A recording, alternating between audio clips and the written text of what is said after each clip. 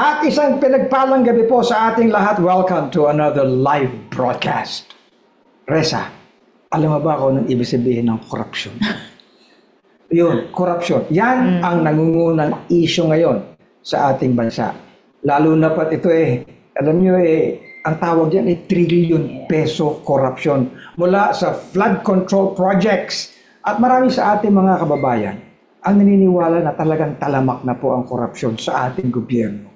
Ayon nga sa Pulse Asia Survey, 97% ng ating mga kababayan ay naniniwala na ang korupsyon ay talagang napaka-widespread. In fact, 9 out of 10 Filipinos believe that government officials colluded in these anomalous projects. Subalit sa kabila ng mga ito, hindi po tayo nawawalan ng pag-asa na magkaroon tayo ng pagbabago. Lalo pat mayroong mga Christian organizations, kagaya ng ating feature ngayon sa gabing ito, na ang tawag sa kanila ay Fellowship of Christians in Government o kaya ay FOSIG. Sila ay mayroong mission na bigyan ng kapangyarihan, no? At mag-mentor ng mga nasa public, no, offices, mga public servants sa ating gobyerno na magsulong ng yung mga makatarungan, makatuwiran, kapayapaan, at magkaroon ng kagalakan sa ating Panginoon. Abangan niyo po yan. Napakagandang talakayan. Ano po? Kasama sila ang mga kapatid natin sa Panginoon. Nils Reconalia at Conrado o Boy Rojas. Abangan niyo yan sa ating What's Brewing. And more ministry-related talks din po, Bishop, this time with the much-awaited Melodies for Ministry. Ano nga ba ang objective ng event na ito at paano nga po sila naghahanda sa kanilang concert night? Malapit na po next week sa December 5. So abangan niyo po ang kwentuhan na yan mamaya sa Espresso Self. And in Health Talks, Care for Premature Babies naman po ang ating tatalakayin na tama-tama po sa Prematurity Awareness Month ngayong Nobyembre. Oh, yun pala ngayon, ha? Opo, Prematurity Awareness. So sasamahan po tayo muli niyan mamaya ng ating resident pediatrician. Yung premature ba kasama yung immature? Hindi. Upang talakayin ang proper care for premature babies. So we hope you'll be blessed with our topics tonight. Stay with us for an hour of good talks. Ako po si Reza Abante Yebra. At ako naman si Bishop Ruben Abante. Join us and let's have good talk over good coffee. Welcome to the Lighthouse Cafe.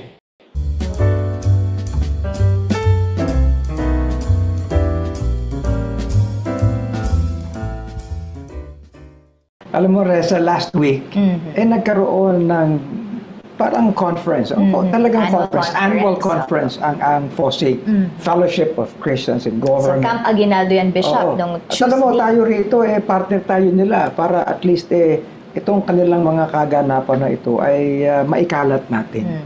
Para mabuhay naman ang pag-asa ng ating mga kababayan. And so we are welcome tonight sa ating pong What's Brewing na segment na ito. Ito, mga kapatid sa Panginoon to, kahit may mga edad na. Nils Reconalia and Boy Rojas, magandang gabi sa inyo. Magandang gabi po sa inyo, Bishop Riza. Oy, Nice to have you back, lalo po si Sir Nils, ano?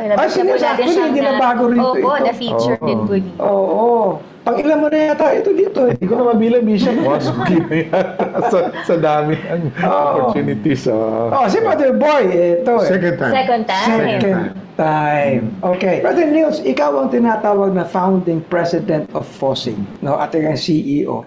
Tell us about FOSIG, Fellowship of Christians in Government. Ang Fellowship of Christians in Government, nabuo yan 1984 or 1989 when I was working with NEDA. Yes. And it was there that may mga kapatiran tayo sa Panginoon sa NEDA. At marami ng problema at that time, including corruption. Sabi ko, Kako, we have one Lord, one vision, one audience. So, magsama-sama tayo.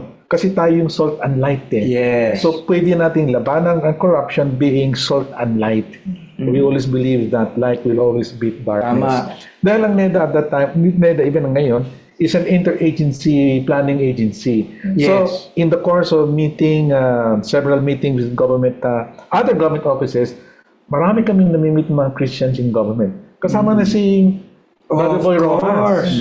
So, in the course, sa landmark siya at that time, sabi ko, kapwa Kristiyano, so why don't we form a movement Yes. And Callers of Fellowship Christians and Government na ang pinaka-mission namin is to mentor strategic public servants to become effective leaders who mentor others. Napakaganda naman. Fellowship of Christians in government being salt and light. Alam mo, Reza, hindi pwedeng sumarap ang pagkain kapag hindi mo walang asin. kapag wala yung asin doon sa gitna. At pag hindi mo hinalo, Bishop, Pag hindi yung mo asin sa hinalo, ang pagkain. bawat butil, Butil. no, ay meron nun.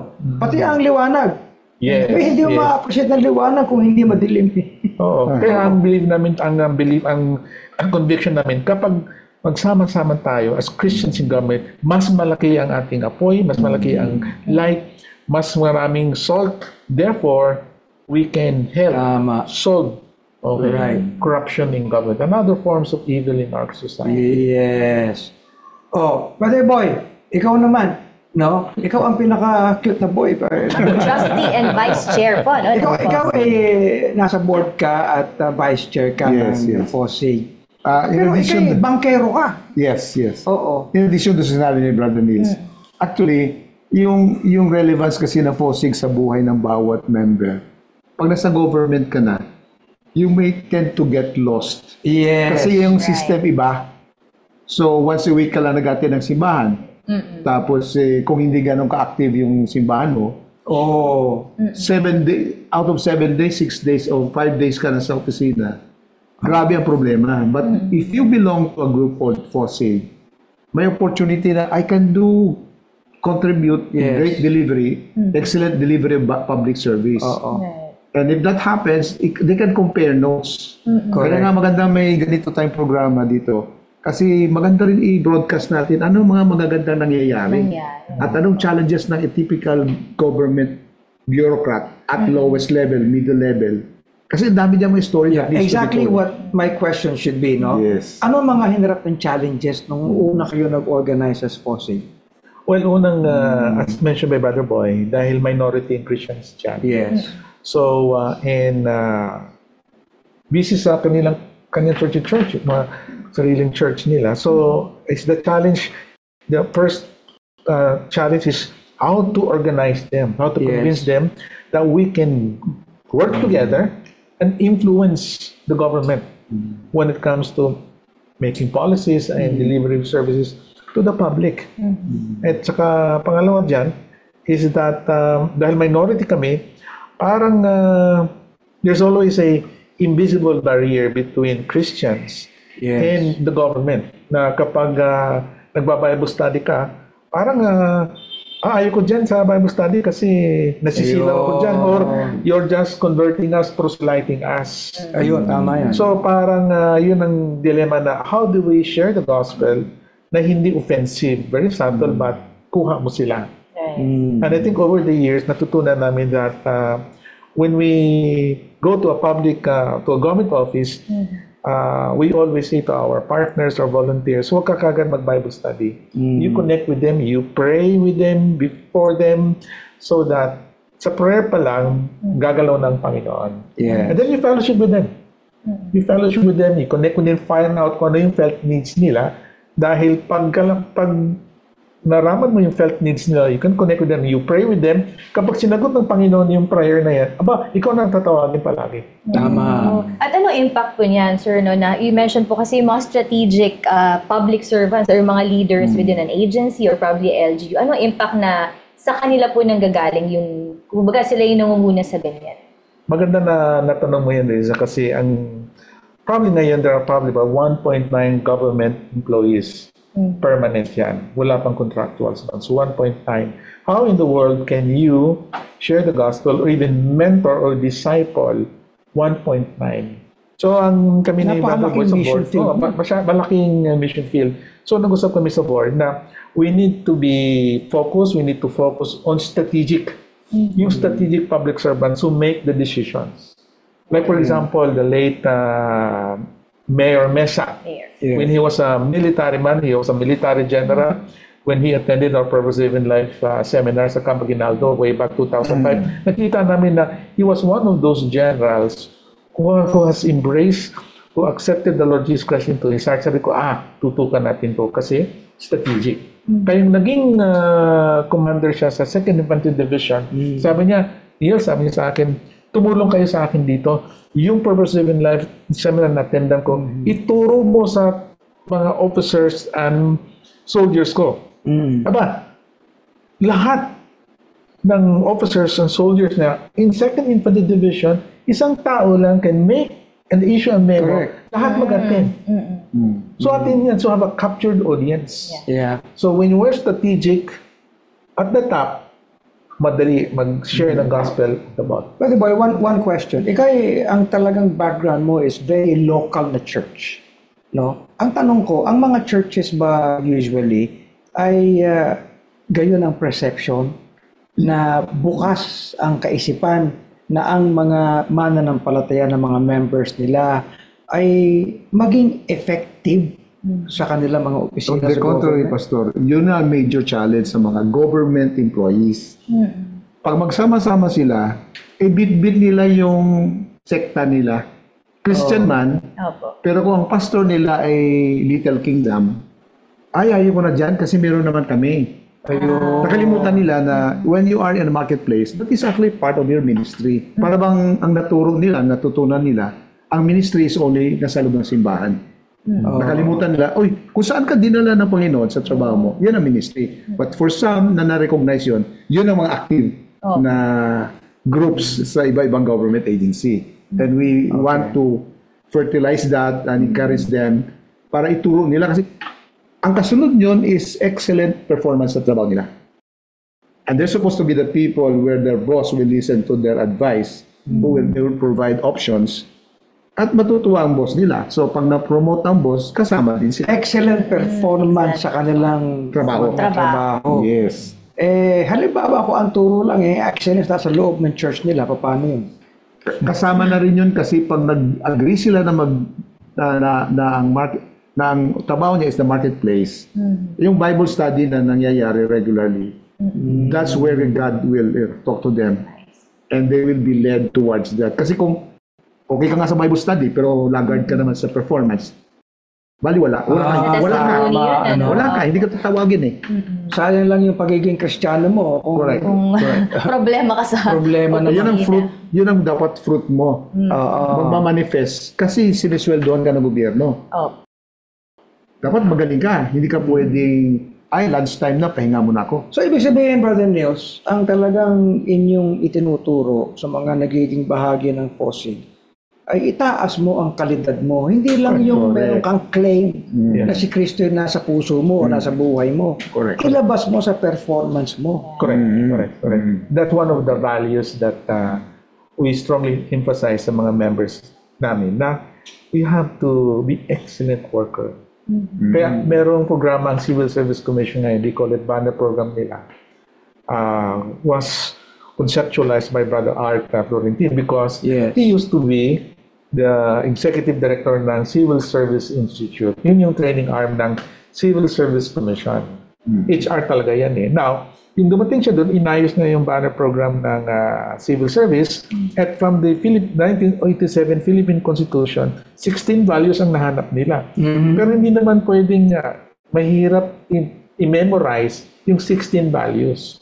So ginawa nila, they categorized the 16 values into 4 categories. And they came up with 4. They call it PIES. P stands for patriotism, I stands for integrity, E stands for excellence, and S stands for spirituality o PIES. So sabi ko, wonderful, excellent job of covering the 4 major values that we in government should aspire and do. Kaso yun ang isang one of the major programs ng FOSIG, yung PIES program. So walang problema sa mga civil servants. Paano pag elected? Iba yun. Iba naman yung ang problema kasi sa election natin. That's another story po, Bishop. But we also expect if elected, Kristiyano ka, elected ka, of course, the more that we expect you to deliver excellent service, hindi pwedeng pa-absent ka dyan o mediocre yung output mo. Hindi pwede. Pero meron mga nakikibahagi sa FOSIG who are elected officials. Meron. Tell us more about that, Brother Boy. Actually, makikita naman natin kagad yung mga good performer na mga local executives. Yeah. Siguradong nakapaligid sa kanila mga Christians din eh.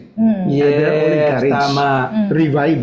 Right. Ngayon, kung ang boss naman nila, yung elected official is not, by doing excellent performance in their job, makukuha lang attention ng elected officials.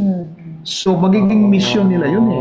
tama. Kasi may kaluluwa yun eh, kahit pa paano. Napansin ko rin po actually maganda encouragement, Bishop, kasi dito sa kanilang annual conference, nag-testimony po, si katulad ng Vice Mayor ng Quezon City po, na si Yeah. Vice Mayor G. Maganda yung testimony niya. Oo. Talaga Doon ko nga lang talaga inihayag niya ang kanyang relationship with the Lord Jesus Christ. At paano siya nagbago. I think it's a good encouragement po, lalo sa mga nasa gobyerno po, na may ganung example.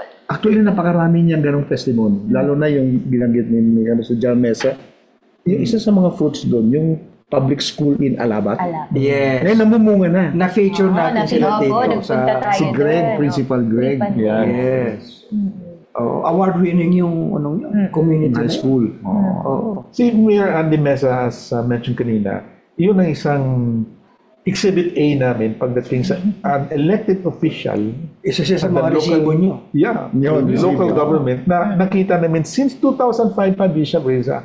2005, sinusundan na namin yan, my wife and I used to mentor him and his wife and the whole family. Kita mo yung progress nila sa Christian life nila and paano sila nag-serve sa Panginoon through Mayor Mesa not only as a military general but as a mayor of Alabat. Tinulungan namin yan together with Civil Service Commission. Sila Brother Art. Kita namin na ang unang kagand ginawa niya, lahat ng local government officials niya, probably 100 plus, went through our leadership program. Number 2, lahat ng public school teachers, 200 plus, went through our program. Number 3, yung about 600 students, junior and senior high students, went through the Youth Leadership Summit namin. Pang-4, lahat ng barangay capitans, together with the wives, went through our program. Pang-5, okay, yung mga fisher folk, farmers, went through the program. So, lahat ng sektor pala na. Lahat ng sektor. In other words, yung mga key people in the town of Alabat went through the program, boom!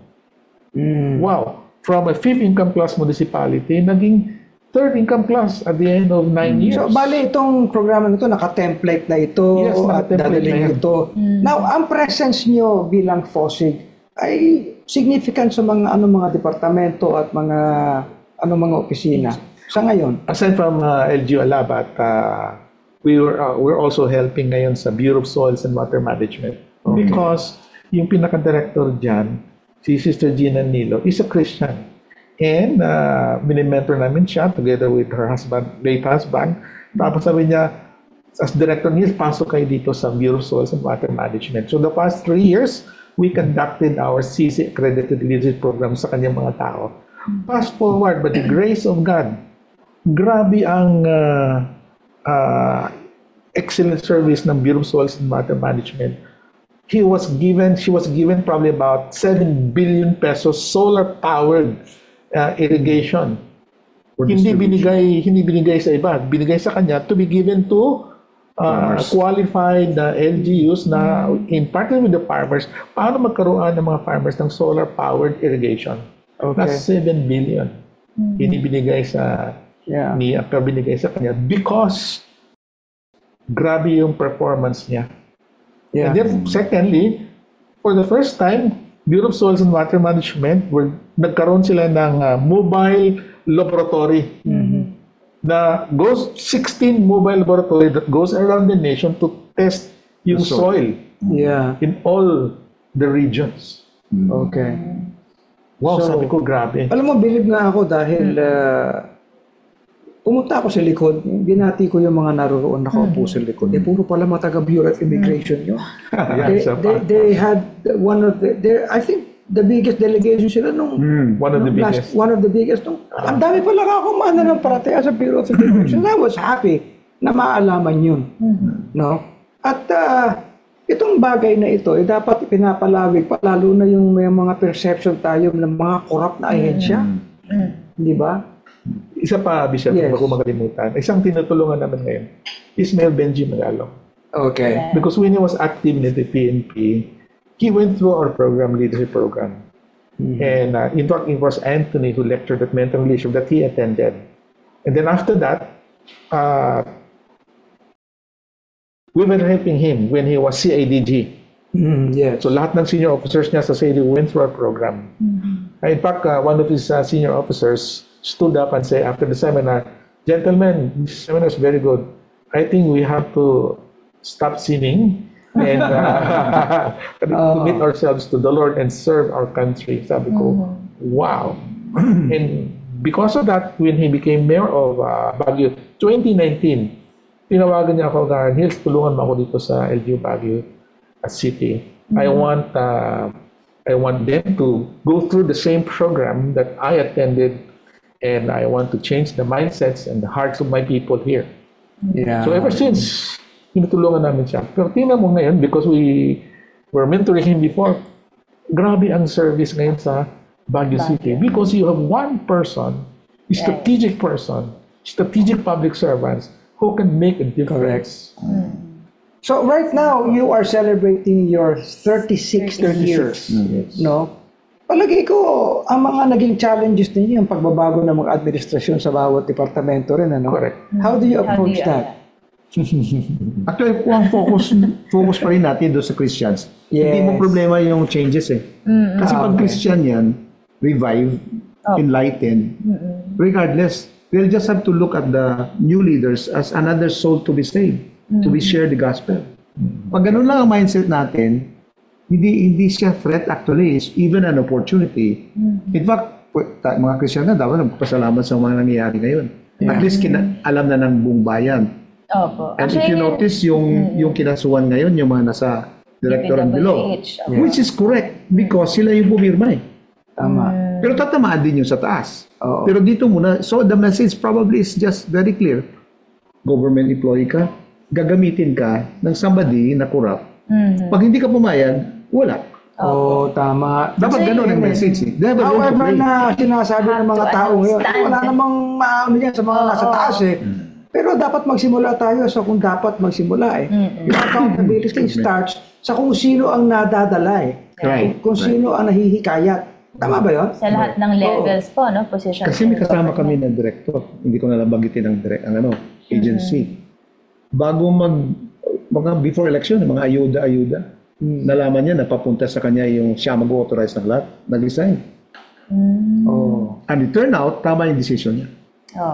Kasi kung hindi, yung pumalisa, yun nga yung in trouble. Kung magkaroon ng investigation. Actually, yun po yung question ko, no? Kasi ngayon with all the corruption issues, parang lahat ng ahensya ng department ng gobyerno na sisilip po, no? Paano niyo po tinataas yung moral siguro ng mga, lalo yung mga Kristiyano na talagang tumatayo naman po sa tama, ano? And syempre, meron naman talagang mga hindi. How do you boost their morale? How do you encourage them? Ang role natin is to plant the seed. Right. Water it. Not for us to. God will do kasi may peculiarities bawat isa.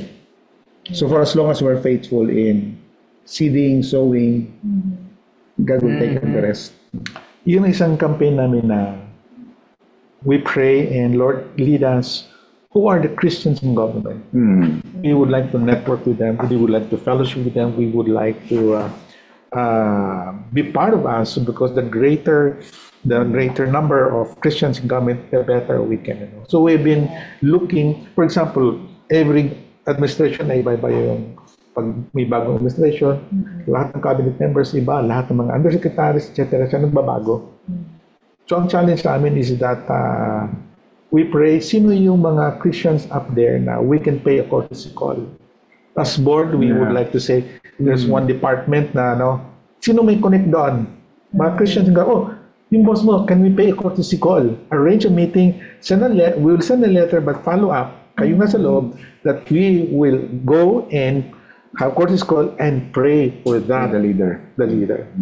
Yung prospect na halimbawa, magkakaroon kayo ng trust to equip the churches, yung pastors mismo, to open up yung kanilang mga kaisipan sa bagay na ito. Kasi, halimbawa, makakakilala sa Panginoon sa mga churches. Pero, well, I still feel that pastors like me, churches like what Lighthouse is, we need equipping para ma-realize ng lahat. Hey, hindi mo naman pwedeng paalisin itong nasa government eh. To discipline him and build him up so that he can be effective where he is at. Kinakailangan pala ang FOSIG sa bagay na ito, mas lalong ma-expose sa mga churches for them to realize this. Exactly. Yun ang unang ginawa namin, Pastor, early sa inception ng FOSIG. At that time, si Reverend Jun Vencer ang PCC. Yes, of course. National Director. So I said to the board, let's attach ourselves Yes. sa PCEC. So early on, naging member na ang FOSIG sa PCEC because I need to expose FOSIG sa mga pastors that we have a role to play. Right. Of the 7 pillars of society, government is one of the critical pillars. Kaya nagpa-member kami doon. So we always say to Bishop F, Bishop Noel, ako, we're willing to go. Ang ginagawa ko dati, I go from one church to another church and just explaining what FOSIG is all about. Ano bang ginagawa namin sa FOSIG? Bakit namin ito ginagawa? So I used to do that. Siguro kailangan ko lang i-revive na. Kailangan bibisitahin ko yung mga pastors. May explain to them that we have a role to play, especially at this time na mukhang Yung mga bagay na hindi naman inaagaw ng FOSIG yung mga members nila at mga leaders nila. Hindi naman. Nilalagyan pa ng ibang equipping. Correct. Right. Hindi ba? Dapat ganun ang mindset eh. We are your partners eh. Declare niyo yung inyong mga nasa government to be your missionaries. Yeah. Correct. And we will equip them to be more effective. Right. Hindi ba? Yes. Correct. Maganda yun. Actually, Bishop, itong programa mo, may multiplying effect eh. Na kailangan maging part siya ng conversation ng community. Para nalalaman mo, hindi na pala ito ang nangyayari, marami pa pala. Oo. At saka, we need to make everyone realize na ang ministry ay hindi nagsisimula tatapos inside the church building. Kundi wherever we are. Correct. No? The only thing is, you present your body as a living sacrifice. Yun eh. Dala mo yan kahit saan. Pagkatata ko muna, kinakailangan kayo na mag-address sa mga, how can people be involved sa FOSIG? Lalo na yung mga nasa government. So make your, sige. Well, unang-una siguro, we would like to encourage all Christians in government to join us. We're in Facebook.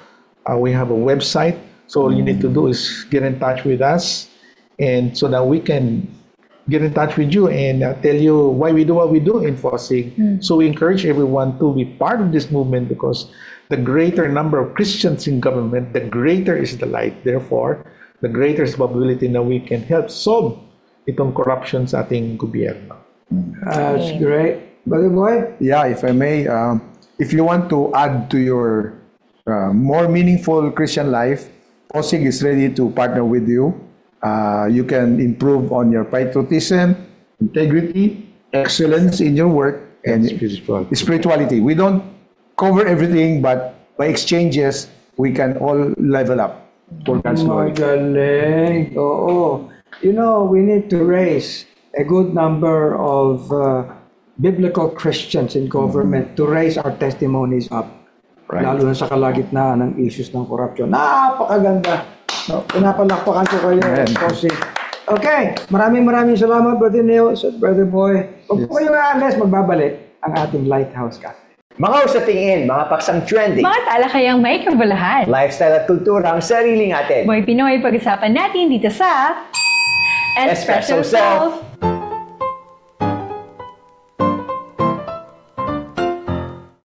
Alam mo, Erica, nung nakaraang linggo ay na-feature natin ang paghahanda ng nalalapit na 50th anniversary or tinatawag natin na All Lighthouse Grand Homecoming at 50. Isa sa malaking preparation dyan ay yung Lighthouse Theater Philippines with the original production na entitled Punot Dulo, ang luwalhati ng Diyos sa Eklesiya.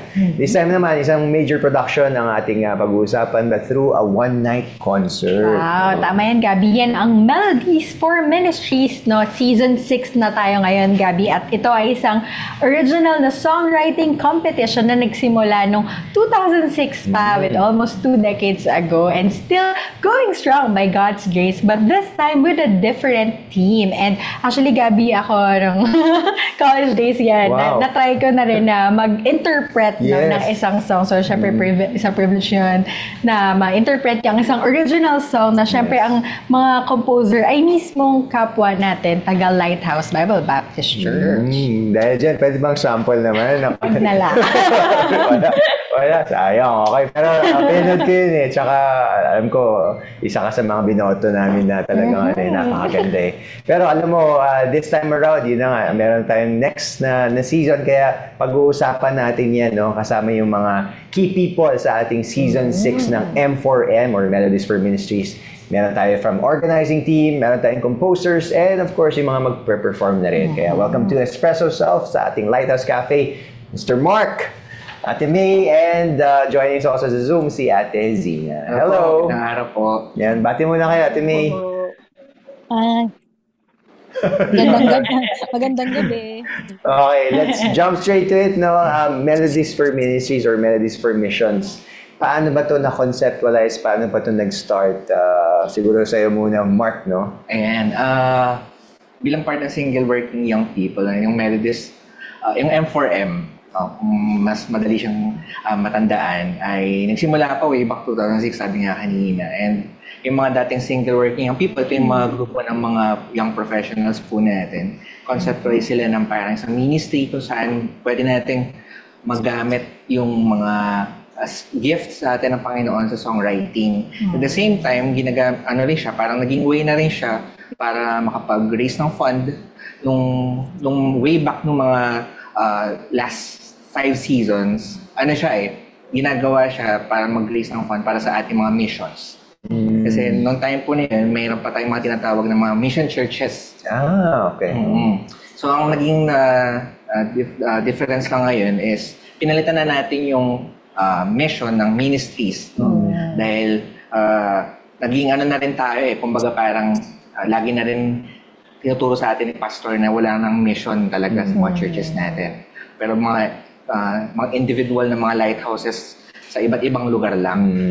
Kaya po yung ministries na yun, yung Melodies for Ministries, parang naging way na rin siya para mas mapalawak natin at mas may flexibility tayo kung ano yung pwede nating matulungan or mapagbigyan ng tuon sa pamamagitan ng pag-release ng fund dito sa ating songwriting competition.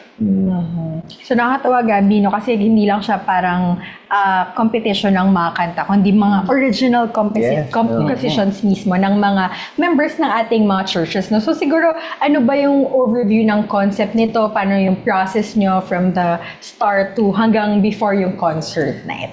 Oo, tama. Itong December 5 na darating, actually ito lang yung parang celebration, culmination. Pero yung buong process talaga niya ito, siguro kung masasabi natin, lagpas more than a year siya nag-prepare, no? From conceptualization, mga plannings, and 1 year before itong December 5, nag-start tayo na mag-open ng submission sa lahat. Isa rin palang difference ng songwriting competition natin ngayon sa M4M, in-open na rin natin siya sa mga related churches. Dati kasi sa Lighthouse lang natin. And marami na rin nag-asa from other churches. At na-open na rin natin siya sa mga malalayong lugar. From Mindoro, from Qatar, no? From sa Baguio, Bicol, and sa Olongapo.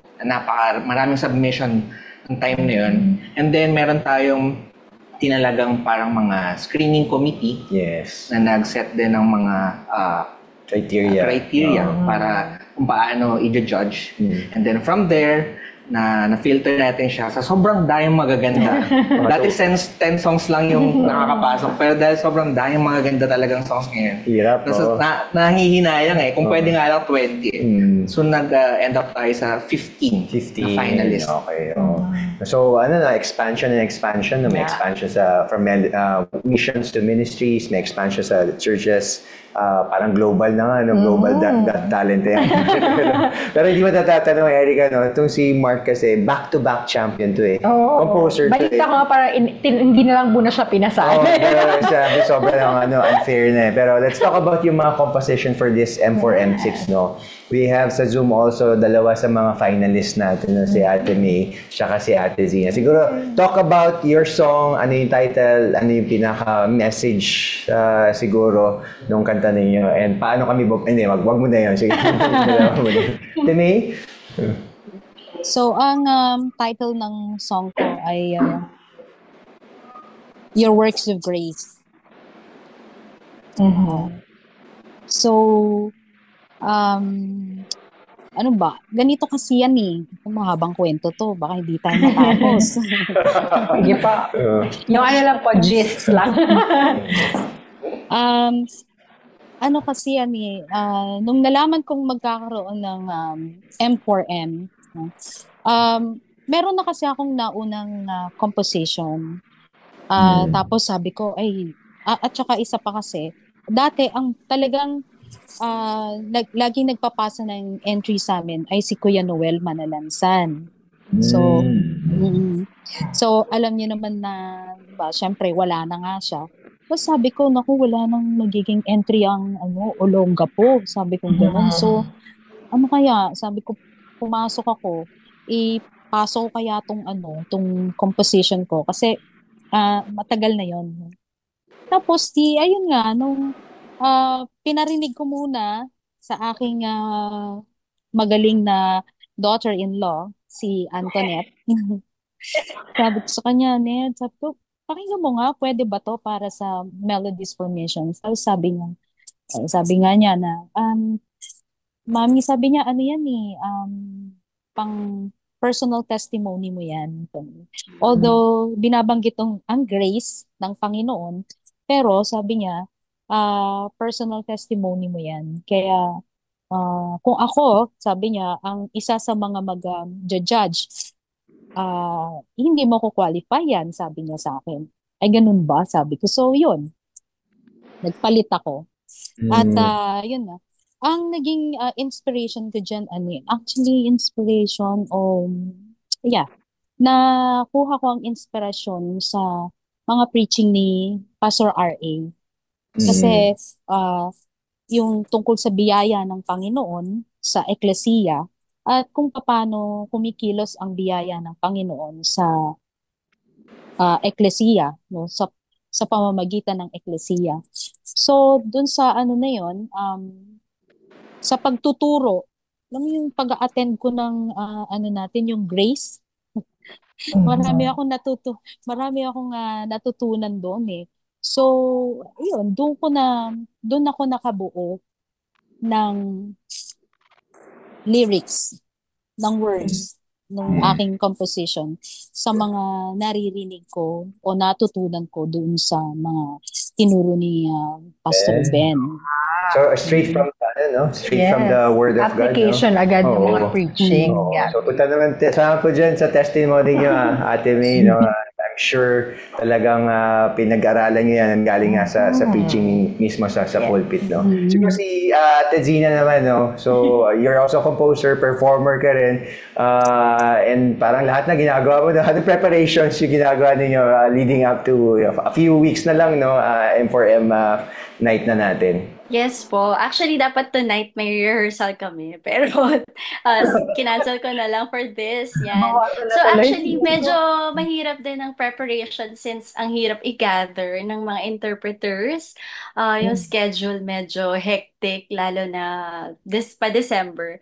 So, nakakadalawang practice pa lang kami, practices, yan. And then, sabi ko, sige, self-rehearse na lang muna. And then, sa Friday, yan, meron ulit kaming rehearsals. So, and talagang kailangan ng matinding prayer.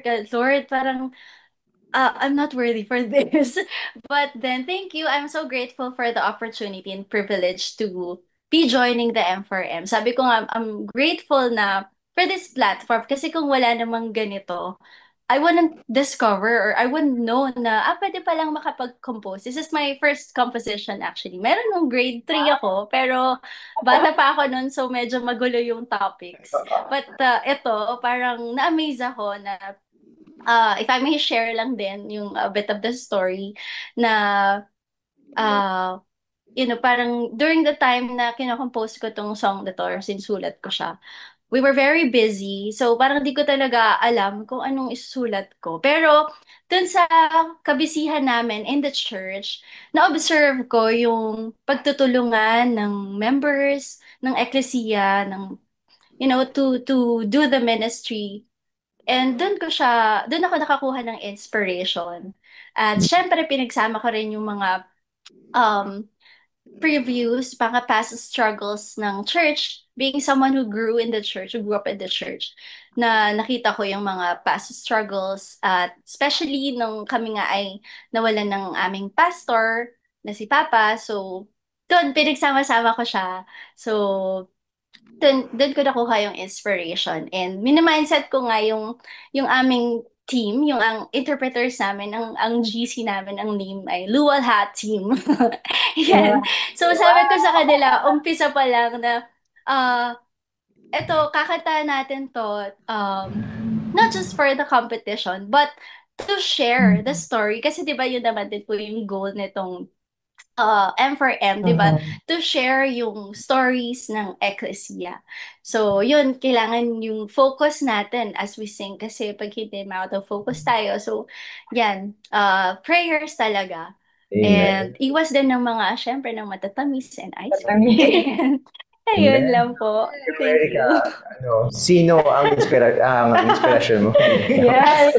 Nakakatuwa, Gabi, no? Kasi nakikita natin, it's not just yung, kumbaga, parang personal testimonies. Yes. Yung din nakikita natin na yung mga kinocompose nila ay kung paano nga ba kumikilos ang Panginoon sa ating mga churches, sa ating mga eklesiya, no? And of course, lahat naman ito ay para sa kanyang luwalhati, no? So, siguro for Mark, no, parang last na lang, ano ba yung mga, saan ba nila pwedeng makita yung mga, siguro meron pang gustong humabol sa ating Finest Night, meron pa bang tickets? Or kung may questions sila where they can ask. Yes. So, meron tayong page ng Melodies Formation o M4M6. Lalabas doon yung Melodies Formation Season 6 na Facebook page natin. Actually, nandun na lahat din yung mga postings natin, mga announcements natin.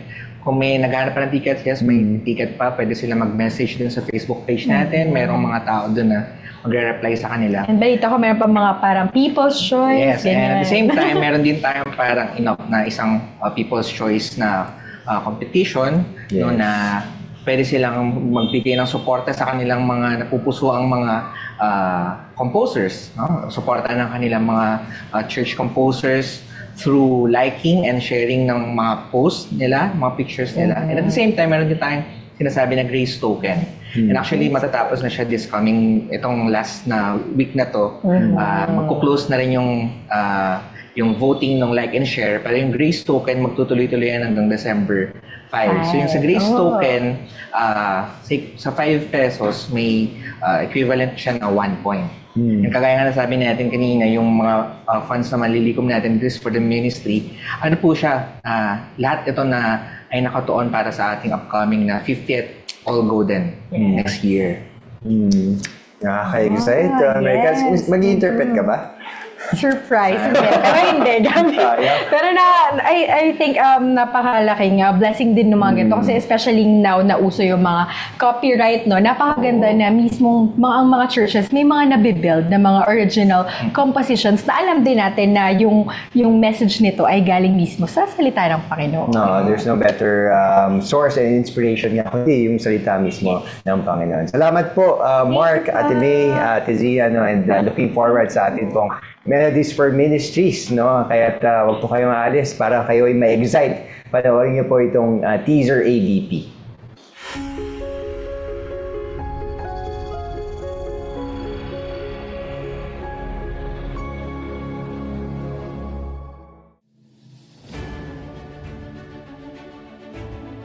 Kasama ko ang church din sa mga na-lead ko sa tamang way. patuloy ka. Dito ko rin na-experience. Window and opportunity para maging channel of blessing tayo. until I became a professional. Pero masasabi kong turning point. Faithfulness, tama. Faithfulness. At maging blessing at maging Blessed to edification. have people around me po Hindi na ako nakaligtas. God's glory in the ecclesia. nakikita niya ako na kumikilos sa Sana nandito pa rin po ako sa mga ministry. pero nandiyan ng Panginoon. Ako nga po pala si Irish Tongpalan from Lighthouse Cainta. And yung song ko po is The Church That Grace Has Built. Everyone, my name is Jose Recon Jr. Bonilla. We're from Hillside Grace Baptist Church. The title of our song is God's Glory in the Ecclesia. Hallelujah. Ako po si Nery Santos Dait. At ako naman po ay si Pastor Francis Dait Jr. At ako naman si Francis June Dait. At ang aming awitin ay Kwento ng Biyaya. From Lighthouse in Pasig. Is 1 Peter chapter 4 verse 16. Yung pinanggalingan talaga niya is wag na tayong magtaka sa mga pinagdadaanan natin kasi lahat naman to common unto man. And kung yung lahat ng mga sufferings na meron tayo, dapat nagiging way para mas ma-improve natin yung, syempre, yung faith natin sa Panginoon and kung paano tayo maglingkod sa Kanya. And there's no room for us para tumalikod sa ministry kasi nandun palagi yung biyaya ng Panginoon para tayo ay makapagpatuloy. It was just last year, I prayed to the Lord to give me something that can help me go back to the ministry because I was away for like 3 years. I had done a lot of bad things. And I prayed to God to give me a job that will help me go back home. And then after that prayer, I saw a job post for a work from home and then I got accepted. The first thing that I did the following Sunday was to attend church, and that was the biggest test of faith for me because God proved His power. He proved His love for me by giving me the job that I was praying for that would let me come back home. As a pastor kid, iba din yung challenge sa perspective namin. You need to be the role model talaga sa ecclesia. And sometimes challenging siya kasi dapat laging okay ka.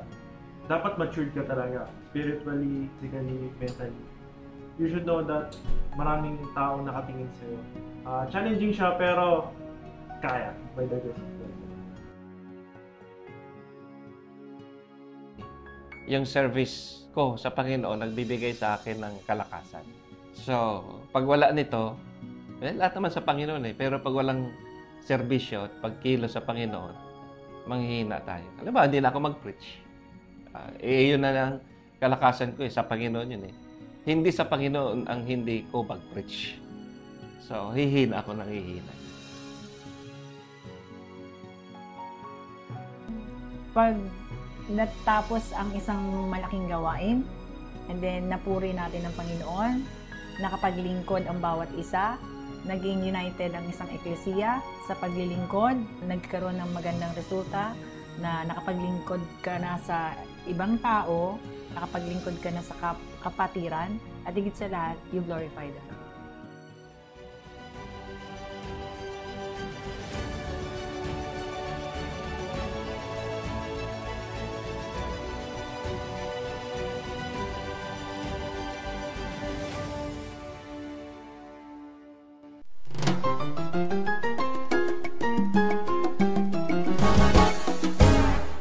Welcome to Health Talks. The Philippines has one of the highest numbers of premature births with estimates ranging from 300,000 to 370,000 per year. At ang datos na yan ay ayon nga sa World Health Organization at ang Pilipinas ay nasa top 10 ranking din globally sa problemang ito at pangalawa naman sa Southeast Asia. Naku Antoinette, ito yung mga panahon na hindi maganda na nasa top 10 ka, no? Oo, totoo naman. Yes, and actually ilan sa mga contributing factors ng premature delivery ay ang kalusugan ng ina. Kabilang na riyan ang mga health complications like anemia, hypertension, and pre-eclampsia. At isa pang factor ay lack of access to proper health care. Yung hindi nakakapagpa-check-up or prenatal check-up ng tama sa kanilang mga OBGYN dahil na rin sa kakulangan ng resources. At syempre, may kamahalan din of course yung mga cost of care and check-up dito sa ating bansa. So ilan lang ito sa mga factors that result to higher number of premature births in our country. And Yes. Alam mo, Antoinette, November nga is Prematurity Awareness Month, and this is observed in our country to raise awareness on the challenges of proper care ng premature babies. Yes. At para nga pag-usapan pa ang bagay na ito, of course, none other than our resident pediatrician. Welcome back to Health Talks, Doc Mel. Yes. Yan. Good evening po, Doc Mel. Hello, good evening once again, Antoinette and Harvey, and to all our televiewers across all platforms. So, Doc Mel, pwede po ba nating simulan yung discussion sa clinical definition po ng isang premature baby or preterm baby? How many weeks po ba yung nasasabi natin na upon delivery na sila po yung preterm? Basically, yung premature, these are infants or babies who were born before the 37 weeks of gestation. So, usually, na-identify ito based sa last menstrual period ng mother or kaya sa ultrasound.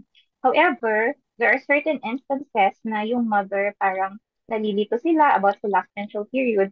Kaya in pediatric, we have our own scoring system, yung tinatawag nating Ballard scoring. Ito yung tool na ginagamit namin para ma-determine yung age of gestation ng bata, whether it is less than 37 weeks, which is premature, based on the physical and neuromuscular scoring namin. So, basically, tinitignan yung posture ng baby, yung eye opening, yung thickness ng ears, and marami pang iba, including yung development ng genitalia as well as yung mga nipple area and even yung lanugo hair. So, bukod doon, may mga definition din na mas na-narrow down pa yung prematurity into extreme prematurity, yung less than 28 weeks, very premature, 28 to 32 weeks, moderate preterm, 32 to 34 weeks, and late preterm, 34 to 37 weeks. And of course, Doc, as we are talking about premature nga po, as pediatrician, ano po ba yung mga key concerns? Siyempre, we know na yun nga po, less than yung number of weeks nila, ganyan. But ano po ba talaga yung pinaka-concern natin kapag meron pong baby na premature? Actually, pagkakaroon ng premature baby is actually a great challenge kasi marami talaga siyang concern. In terms, unang-una, yung mga underdeveloped organs nila, or immature organs. Number one dito, yung sa lungs, yung pagkakaroon ng lesser surfactant na lead to breathing problems such as yung tinatawag nating respiratory distress syndrome and congenital pneumonia. Meron ding problems sa cardiovascular in terms of nagkakaroon ng yung mga PDA, yung patent ductus arteriosus, yung mga hindi nag-close na mga opening sa heart, can lead also to hypotension, bradycardia, anemia. May mga GI problems din na associated, like poor GI motility, susceptibility to necrotizing enterocolitis, GI perforation, even yung paninilaw ng bata, yung hyperbilirubinemia. Meron ding mga metabolic or endocrine consequences like electrolyte imbalance, even CNSI problems like intraventricular hemorrhage and renal and yung liver are not mature to handle certain substances. Bukod dito sa ma-immaturity na to, ang mga batang ito ay meron din mga feeding difficulties dahil weak pa yung sucking and swallowing reflex nila na usually nag-start lang mag-develop around 32 weeks and become fully mature at around 36 weeks. Na-expect natin yung poor activity or weakness dahil sa low muscle tone, poor temperature regulation, as well as yung immune system nila ay hindi pa fully developed, kaya they are prone to infection. Kaya talagang of course for expecting mothers, no, talagang doble ingat talaga, no, every trimester kasi talagang syempre ang pinag-iingatan more than the health of the mom talaga, Harvs, ay yung health, yung development ng baby sa sinapupunan. So, yun nga sabi ni Doc kanina, no, 37 weeks siguro yung parang pinaka-ideal na delivery ng baby is between, tama po na Doc, 38 and 39 weeks yan. So Doc, let's siguro po naman focus on pagka na-deliver na po ang isang baby. Ano naman po siguro yung mga milestones na tinitignan natin as a pediatrician po? Kasi parehas pa rin po ba ng milestones yung binameasure or binabantayan dapat ng parents kapag normal yung full term yung baby as compared to premature babies? Or paano po ba dapat yun ginaguide ang ating mga parents? Actually, yung milestones ng preterm baby is actually, nasusukat siya doon sa tinatawag nating adjusted age or corrected age, which is based sa age na supposed to be kung kailan sila ipapanganak. Yung talagang due date ng mommy. So, example, meron certain, computation example talaga yung kinukuha nila doon is yung about 40 weeks age of gestation. So, for example, ang isang baby ay na-deliver at 32 weeks. So, 40 minus 32. So, mga around 8 weeks yung kulang niya. So, ang isang bata na around siguro mga 4 months or 16 weeks, so, ima-minus mo yung kailan siya na-deliver, ilan yung age niya nung kulang doon sa age na supposed to be na-delivered siya. So, mga around 2 months. So, 2 months yung milestone na ito-compute natin sa kanya.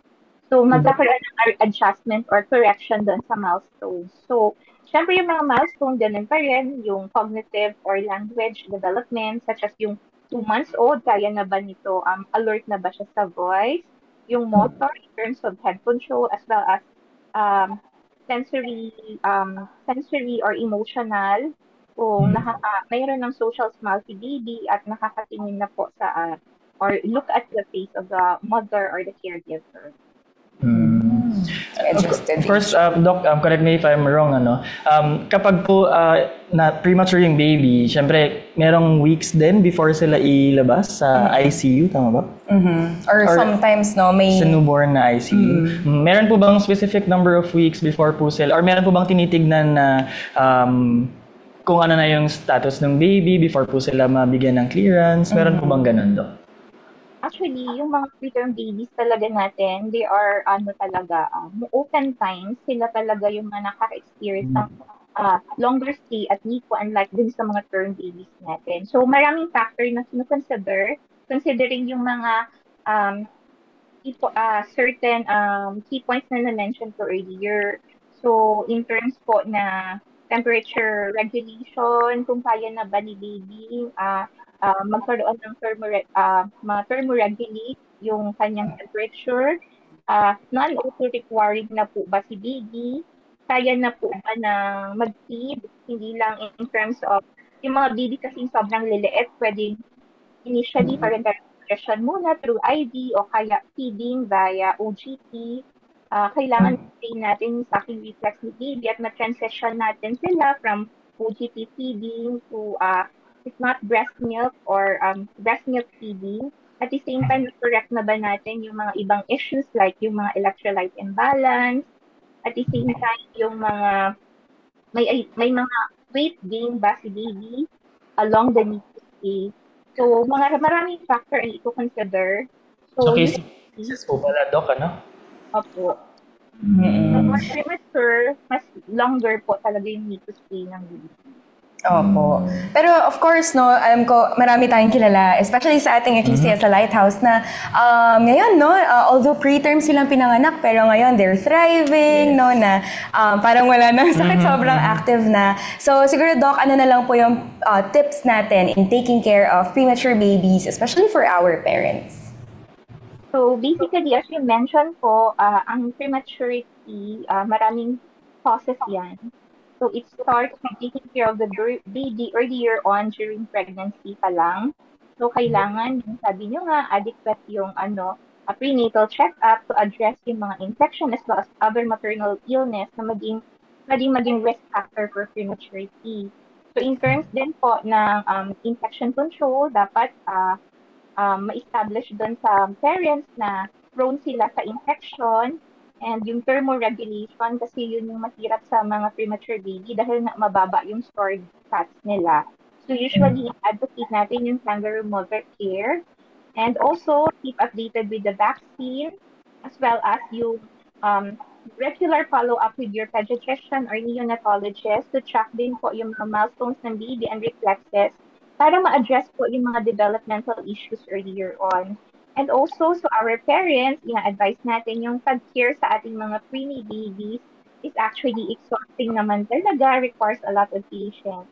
So very important, ma-establish natin yung good support. Don't hesitate to ask for help. and maintain the important din na take care of your own physical and mental health because the lack of sleep and poor nutrition can lead to parental burnout. So the best thing to take care of your baby is to take care of yourself as well. Yes, ayan. Maraming salamat po ulit, Doc Mel. Siyempre, hindi lang kung paano natin pangalagaan yung mga babies na premature babies, but of course, kung sino yung nangangalaga, of course, the parents themselves din. Maraming salamat po ulit, Doc Mel. I'm sure marami pong natutunan ating mga mananood ngayong gabi. Huwag po kayong aalis. Pakinggan po natin si Bishop Ruben in Hebrews.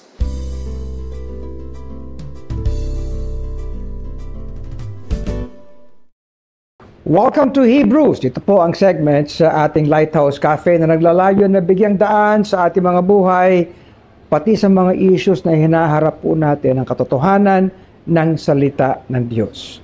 Bagay po na palagay ko ito ang napapanahon na pagkakataon upang ihayag natin sa ating mga kababayan, sa ating mga kapwa mga mananampalataya, ang dapat na ambag natin o contribution natin sa kung ano ang hinaharap ng ating bayan. Ano po? Unang-una, basahin po natin ang 1 Peter chapter 2 and verses 11 to 17. Ito po ang sinasabi. At ito'y sinulat nung araw pa ng ang mga mananampalataya ay nakaka-eksperyensya ng matinding persekusyon sa mundo. Ano po? Ito ay mga taon na ang mga mananampalataya at mga churches nung araw ay talagang humaharap sila sa napakatinding pighati. Hindi lang po korupsyon yan, talagang persecution yun. Subalit ang sinabi ni Peter ay ito, ni Apostle Peter, Dearly beloved, I beseech you as strangers and pilgrims, abstain from fleshly lusts which war against the soul, having your conversation honest among the Gentiles, that whereas they speak against you as evildoers, they may by your good works which they shall behold, glorify God in the day of visitation. Ang programa pong ito ng Lighthouse Cafe, pati itong ating What's Brewing, ay naghahain ng mga suwestyon kung paano tayo kikilos. Ang una po, ang sabi dito wag daw tayong padala sa akit ng laman, sa akit ng mga senses, lalo na sa panahon natin po ngayon. Alam niyo po ang mga tao, talagang meron sila sa kalagitnaan ng bitterness, sa kalagitnaan ng hatred, sa kalagitnaan ng kung anong nararanasan, ay gustong kumilos ang ayon sa laman. Hindi po maging consistent sa virtues na mayroon ang mga mananampalataya na may takot sa ating Diyos. Lalo na patungkol po sa ating gospel, yung mabuting balita. Kinakailangan po, kung meron tayong ikikilos sa ating lipunan, ito po ay hindi magdadala sa testimonies ng mga mananampalataya bilang sang-ayon sa sensual at lust na hatak. Okay? Wala pong hatak pang laman, kundi pang espiritual. And then, ituloy po natin sa verses 13. Ang sabi, at 14, submit yourselves to every ordinance of man for the Lord's sake, whether it be to the king as supreme, or unto governors as unto them that are sent by him for the punishment of evildoers. Ay ikalawa po, ang dapat nating pagkilos ay sang-ayon sa kalooban ng Panginoon, sang-ayon sa kung ano dapat ang ating testimony. Ikalawa, ang sabi tayo po yung magpasakop sa batas ng tao, lalo na sa saligang batas. Ibig sabihin po, ang dapat pala natin pagkilos ay sang-ayon sa saligang batas. Huwag po tayong lilihis po doon. Sapagkat kahit po tayo mananampalataya, saklaw pa rin po tayo dahil tayo mga Pilipino. Ikatlo, ang sabi dito or unto governors as unto them that are sent by him for the punishment of evildoers and for the praise of them that do well. Susugan po natin ang dapat na justice sa ating lipunan. Ano po? At kung halimbawa tayo ay maaaring magmatiyag at maging vigilant, sigurado pong makikinig ang mga nasa poder, ang nasa pamahalaan, sapagkat hindi po tayo nanonood lang at nananalangin. Ano po? So number one, consistent sa ating mga itinuturo bilang mga mananampalataya. Ikalawa, sang-ayon sa ating saligang batas. Ikatlo, sa dapat na hustisyang, yung justice system, yung proseso na makatarungan. Sa verse 15, ang sabi po, "For so is the will of God, that with well-doing ye may put to silence the ignorance of foolish men, as free," ang sabi, "and not using your liberty for a cloak of maliciousness, but as the servants of God. Honor all men, love the brotherhood, fear God, honor the king." Ang susunod po rito maging tayo po ay makaambag ng lahat na katatahimik ng ating bayan nang wala po tayong pag-iimbot. Yan ang sinasabi din ng ating pledge. Wala tayong itinatago, ngunit maging tapat po tayong lahat. Palagay ko po, sa mga talatang ito, makakatulong na po para sa ating pagkilos bilang mga mananampalataya at mamamayan ng ating mahal na bansang Pilipinas.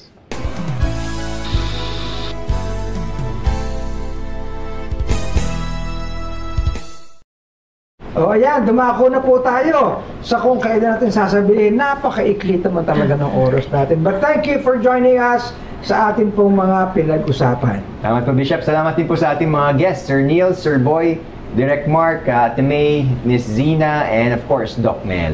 You can also rewatch and share our episodes from our Facebook page and YouTube channels. Hanapin nga naman po ang Lighthouse BBC, Great Commission TV, or GCTV Asia sa YouTube. Naman po, look for GCTV PH. Make sure to like and subscribe. Yes, at para naman po sa mga on the go, meron din po tayong podcast sa Spotify. Hanapin niyo lamang ang Lighthouse Cafe and you can listen to our episodes anywhere you are. Shoutout din po sa ating faithful na tech and food team. Hindi po magiging posible ating weekly live broadcast without this team. Nandiyan po sila Sir Edwin Ballesteros, Jed Gamboa, Erin Joyabante, EL Sid, Jeff Alvarado, Leo Alpas, Japs Dominguez, Chris Fortes, Emily Ballesteros, Daisy Koo, Malu Inorino, Javis Gamboa, RJ Manawis, Joshua Letrondo, and of course, Mike Cashops and Ethan Boy. Ethan Boy. And we would also like to thank our ministry partners. Nga po sa Mike Cashops. Ang Four Gospels Catering Services, Hub 105, Haircutters Republic, and you can visit their branch. Located po yan sa Q Plaza Mall sa Cainta, Rizal. Ayan. Ano nga pangalan? Micah? Micah Micah Boy. So join us again next week, Monday night, same time, 8:30, for another live broadcast of our Lighthouse Cafe, where good talks happen.